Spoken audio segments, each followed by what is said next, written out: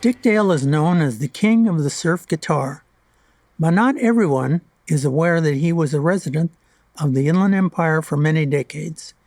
In 1937, he was born Richard Anthony Monsoor in Boston, Massachusetts. In 1954, his family moved to Southern California. It was here that he was introduced to the surfing lifestyle, and it appealed to him. When he played electric guitar, he said he was trying to emulate the sounds he heard that the ocean waves made while he was surfing. His father promoted his music career by releasing a series of independent singles in the late 1950s and early 1960s. The IE caught on as early as July 1960 when Dickdale's single St. Louis Blues made an appearance on the KFXM Wax to Watch survey at the number 47 position. In the early 1960s, Dickdale began staging his own appearances in the IE. He held many of these dance concerts at the National Guard armories in both Riverside and San Bernardino. It was during these appearances that he made a lasting impression on a number of local musicians. Fontana's Sammy Hagar has said, "Dickdale was my first big influence." In his 2012 book, Red, My Uncensored Life in Rock, he wrote about hitchhiking to Riverside just to see Dale perform at the Armory. Colton's Jim Messina was another early Dickdale disciple. Recently he was quoted as saying, "Dickdale had the assault rifle of a guitar. We would stand in front of the stage in awe."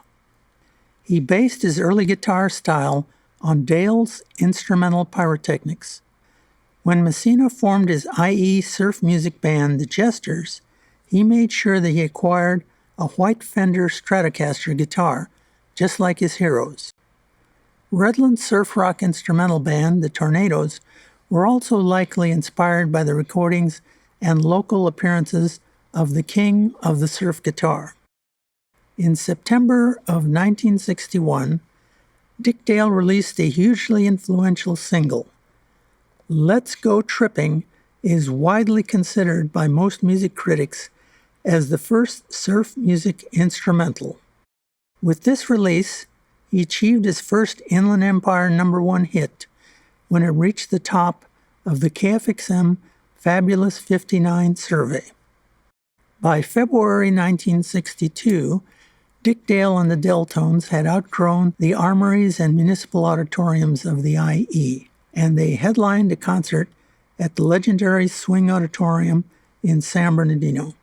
In early 1962, Dale drew from his Lebanese background and recorded the Eastern Mediterranean folk song Miserlou, giving it a surf rock spin. It was to become his signature song. It became his second #1 Inland Empire hit when it reached the top of the K-Mundus 10 survey in mid-November 1962.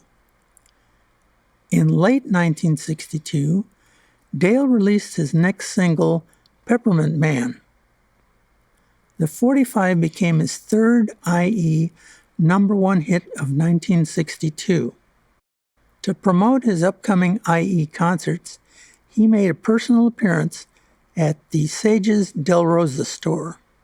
Dickdale headlined KFXM's 4th annual March of Dimes benefit show and dance at the Swing Auditorium on February 3, 1963. He headlined over such other notable groups and individuals as the Beach Boys, Jan and Dean, the Rivingtons, and Dobie Gray.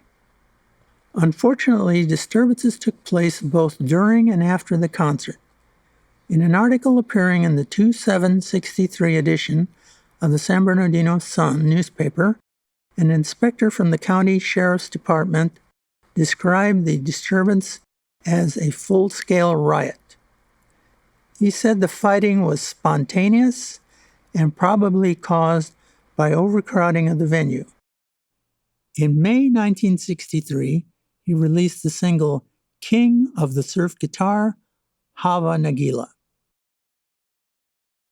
The release would become his fourth single to reach the number one position in the IE. Also appearing on the single were studio and shindig singers Darlene Love and the Blossoms. The song's lyrics contained a shout-out to his IE fans as the Blossoms sang,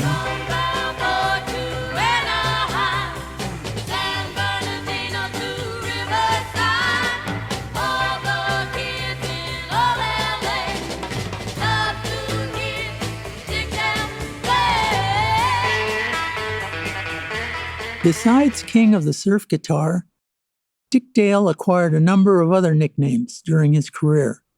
In this newspaper photo, he was referred to as the Surfer's High Priest.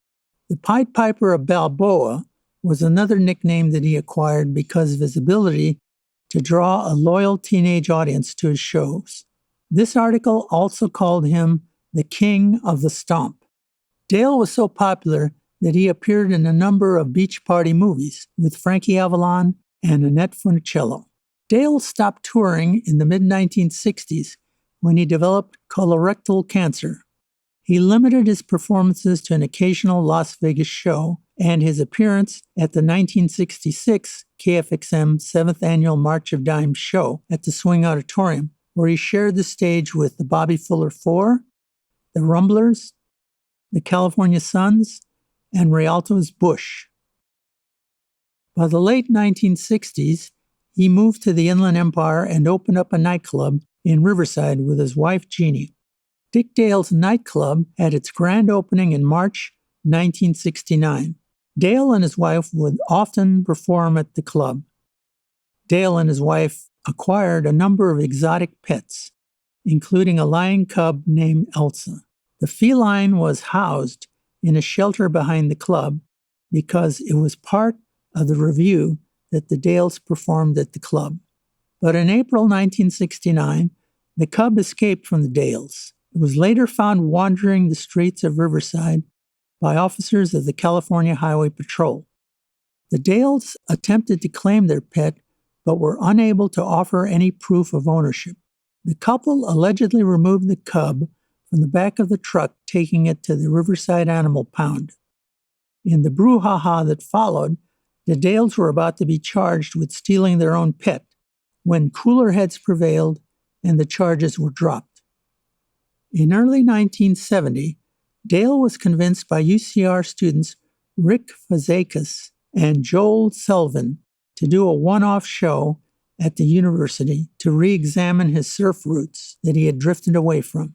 Of the show, Rick recalled, he was so turned on by the warm reception he received from the sold-out crowd in the UCR cafetorium that he decided to go back to the surf music that made him a star. Note in the caption that Colton guitarist Jesse Yamas also played that night. Since the UCR concert went so well, Dale and his wife performed at the Riverside City College Mardi Gras celebration that same year. In April 1972, the Dickdale Show played the Mint Julep Room of George's Plantation in San Bernardino. In May 1982, Dickdale and the Deltones played the 67th National Ring Show at the Outdoor Stadium.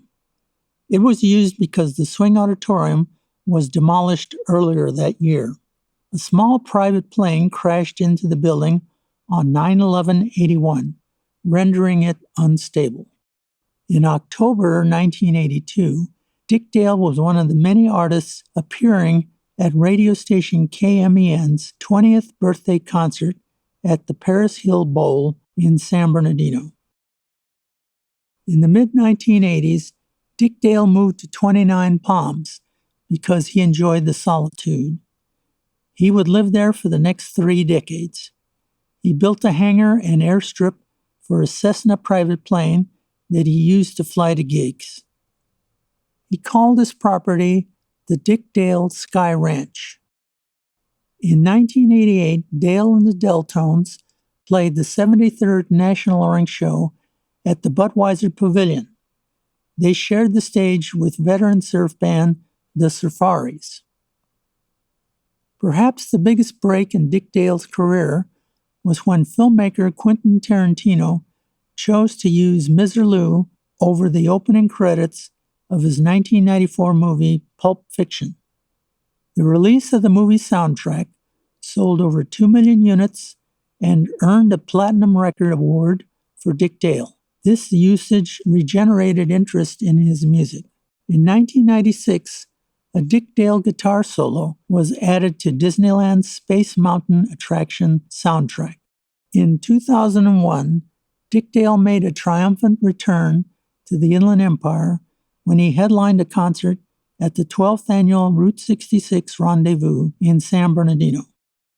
At the concert, Dale received a Lifetime of Achievement Award, recognizing his impact on the cruising era.